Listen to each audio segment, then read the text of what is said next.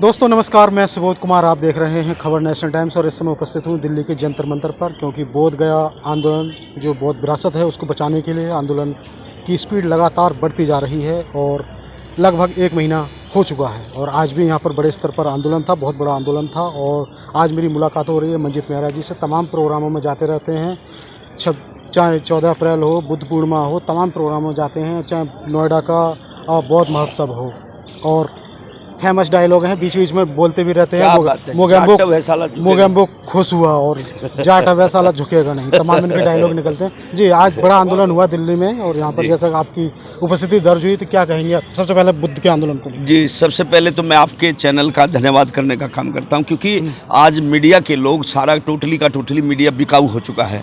वो जितना professional media है, ये हमारे लोग तो अपनी बात रखते हैं बेचारे, लेकिन क्या करें, इनको भी आर्थिक स्थिति बड़ी कमज़ोर होती है। मैं चाहूँगा कि हमारे लोग इनको भी थोड़ा बहुत सपोर्ट करें। तो दूसरा, ये बोध गया के अंदर जो हमारा बौद्धिस्ट जो मंदिर है, जहाँ पर तथागत बुद्ध ने पीपल के पेड़ के नीचे जो ज्ञान प्राप्त हुआ था, वो हमारा बौद्धों की धरोहर है।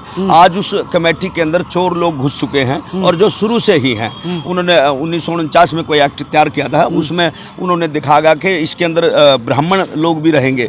तो उसमें जो ब्राह्मण 5 जो पंडे पुजारी हैं, 5 उनके हैं, 4 हमारे लोगों के हैं, और 4 को वो लोग दबा लेते हैं क्योंकि बहुमत चाहिए। और उनके ऊपर डीसी को बिठा रखा है। डीसी जो है ना, हमेशा आरएसएस की विचारधारा का, मनुवादी विचारधारा को, वो अपनी पसंद का वहाँ पे डीसी लगाने का काम करते हैं। इसलिए हमारे साथ बड़ा अन्याय कर रखा है। तो मैं आपके चैनल के माध्यम से मैं कहूँगा कि आज समाज के लोगों उठो, क्योंकि ये लड़ाई कोई आम लड़ाई नहीं है। अगर ये लड़ाई आप लोग जो हार गए, जैसे आपने SC ST की जो लड़ाई लड़ी थी, उसमें सब लोग एक हुए थे, और जो सम्मानित मोदी जी को अपना निर्णय वापस लेना पड़ा था। तो इसलिए मैं समाज के लोगों को, ये केवल दलितों का नहीं है, ये खासकर ओबीसी कम्युनिटी भी बहुत जरूरी है, क्योंकि वो लोग शुद्र थे। हम तो शुद्र श्रेणी में भी नहीं आते थे, हम तो अति शुद्र थे।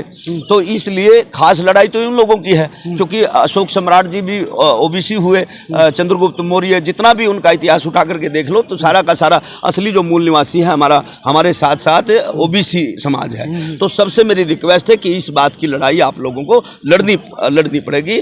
जंग लड़ो बेईमानों से, निकलो बाहर मकानों से। आप आरएसएस की बात कर रहे हैं और चोरों की बात कर रहे हैं, लेकिन क्योंकि वो बनते भी जाते हैं, अगर बौद्ध विहार की तरफ अभी गए थे तो FIR करा देंगे, कहीं ऐसा ना आपको दिक्कत हो जाए?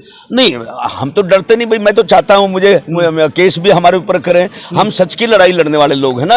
और भाई मारने वाले हमें मार भी दो, मैं तो चाहता हूँ। मैं तो एक मनवादी सॉन्ग मैंने किया था, हेतु तो मनवाद ने ठगली, इतिहास पढ़ाना पगली। तो किसी दबंग व्यक्ति का, दबंग तो नहीं कह सकते, लिच्चड़ और जलील व्यक्ति का फोन आया था कि मेहरा जी आपको मार डालेंगे। मैं वहाँ मार वही, मुझे तो यार जो काम में 40 जितना मेरा जीवन बचा है, 40-50 साल जितना मैं जीऊंगा, मैं पैरालाइज भी हो गया था, मुझे स्लो पॉइजन खिला दिया था, मैं 3 साल व्हील चेयर पे रहा। हम डरने वाले लोग थोड़े हैं। अब मुझे हरनिया भी है, ये देखो हरनिया, मैं बेल्ट लगा के प्रोग्राम देता हूँ, बेल्ट लगा करके गाता हूँ, मैंने दोनों आंखें बनवा ली हैं, शुगर भी है मुझे, लेकिन हम घबराने वाले लोग नहीं हैं। तथागत बुद्ध ने कहा कि जिसका जन्म निश्चित है उसकी मृत्यु निश्चित है। और धानुक समाज में कबीर महाराज हुए, उसका एक बहुत अच्छा डायलॉग है, दोहा है। उसने कहा कि जब हम पैदा हुए जगत हंसा हम रोए, अरे ऐसी करनी कर चलो कि हम हंसे जग रोए। तो वो करनी करने के लिए हम लोग तो लगे पड़े हैं भाई।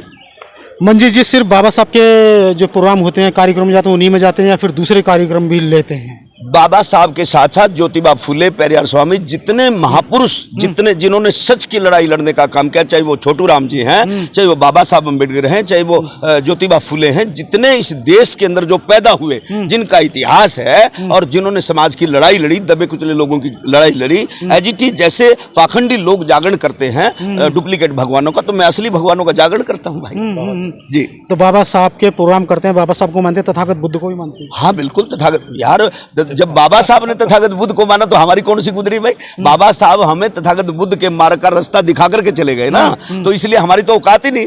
जो बाबा साहब ने रास्ता अपना वही रास्ता हम लोग बाबा साहब को मानते हैं, लेकिन तथागत को नहीं मानते भाई। उनकी अपनी सोच है ना, किसी की सोच पे हम पाबंदी तो नहीं लगा सकते। कुछ गुरुदास महाराज को मानते हैं, कुछ मतलब इधर क्या नाम, अरे कबीर महाराज को मानते हैं। अलग अलग धर्मों को लोग जो मानने वाले लोग हैं, अपने महापुरुषों को मानते हैं, कोई बुराई नहीं है, मानो भाई, अच्छी बात बात है, लेकिन जब लड़ाई संविधान की, असली असली ग्रंथ इस देश का, असली रामायण से बड़ा, गीता से बड़ा, सारे सत्यार्थ प्रकाश से बड़ा, ऋग्वेद, सामवेद, सारे वेदों से बड़ा अगर कोई इस देश का ग्रंथ है तो भारतीय संविधान है। इससे बड़ा कोई ग्रंथ हमारा हो नहीं सकता। मानो किसी को भी मानो, लेकिन बट जब संविधान पे बात आए तो हम लोगों को एक होना पड़ेगा, जिसके लिए मैंने एक सॉन्ग भी लिखा है जो सपना चौधरी ने जो जाति शुद्ध रागनी गाई थी, उसको मैंने जवाब दे दिया था। लेकिन ये एक सपना इसी गाने से वो ऊपर चढ़ी। इस गाने का भी, हाँ, इस गाने का भी मैंने इलाज कर दिया। वो गाने के बोल थे, हाँ, मेरे भीमराव की माया ऐसा संविधान बनाया, थी पशुओं जैसी जिंदगी पर मैं इंसान बनाया, मन पल पल पल पल पल पल याद तेरी तड़पावे से, हाय कुछ मनवादी संविधान बदलना चाहे से, कुछ मनवादी संविधान बदलना चाहे से, मैं संविधान से जान से ज्यादा प्यार करता हूँ और इस संविधान के कारण ही सजता संवरता हूँ। संविधान से जेंटलमैन आया झाड़ू की जगह पेन, जित हांडी होया करती उड़े डली सोने की चैन। मैं छोटी बनवा पाया हूँ, हाँ, उड़े डली सोने की चैन, मन पल पल पल पल याद तेरी तड़पावे से, हाय कुछ मनवादी संविधान बदलना चाहे से, मेरे भीमराव की माया। बोध गया में जो आंदोलन चल रहा है उसके लिए क्या संदेश देना चाहते हैं पूरे जो हमारा जो बाबा साहब को मानने, बाबा साहब के अनुयायी हैं, तथागत बुद्ध के अनुयायी, उनको क्या कहना चाहेंगे जो देश के नौजवान हैं?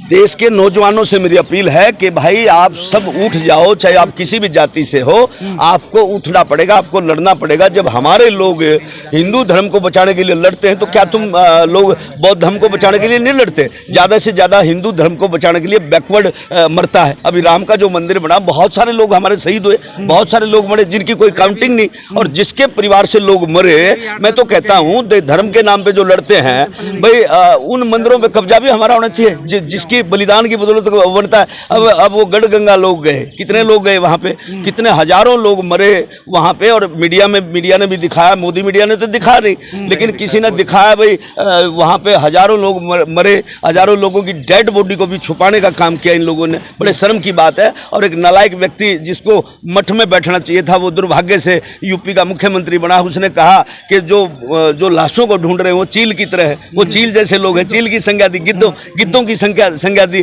अरे भाई, उसको पता ही नहीं, क्योंकि वो गृहस्थी नहीं, उसको पता नहीं परिवार का दर्द क्या होता है। तो जिनको गिद्ध बता रहा है, जिनके परिवार के लोग वहाँ पे मरे हैं, जिनके गुम हुए हैं, उनके परिवार से जाकर के पूछो। आज उनके घरों में रोटियां नहीं बनती। आज उनके परिवार, अपने परिवार के सदस्य को जिन्होंने खोया है, वो आज बैठ करके रोने का काम करते हैं। तो ऐसे जो तुकबंदी, ऐसे बचकाना हरकतें ये लोग करना छोड़ दें। और मैं तो कहूँगा कि जो बौद्ध बिहार हमारा है, जब इनके मंदिर में हमारे बुद्ध भगवान को सम्मान नहीं, इनके मंदिर में तथागत बुद्ध को सम्मान नहीं, बाबा साहब अम्बेडकर को सम्मान नहीं, गुरुदास को सम्मान नहीं, कबीर को सम्मान नहीं, ज्योतिबा फुले को सम्मान नहीं, जब इनके मंदिरों में हमारे महापुरुषों को सम्मान नहीं, तो हमारे जो महापुरुष का जो बौद्ध मंदिर है जहाँ पे ज्ञान प्राप्त हुआ, तो वहाँ पर इनके भगवान भी नहीं होना चाहिए, जो कि पाखंडी और डुप्लीकेट भगवान जो इन्होंने पैदा किए हैं।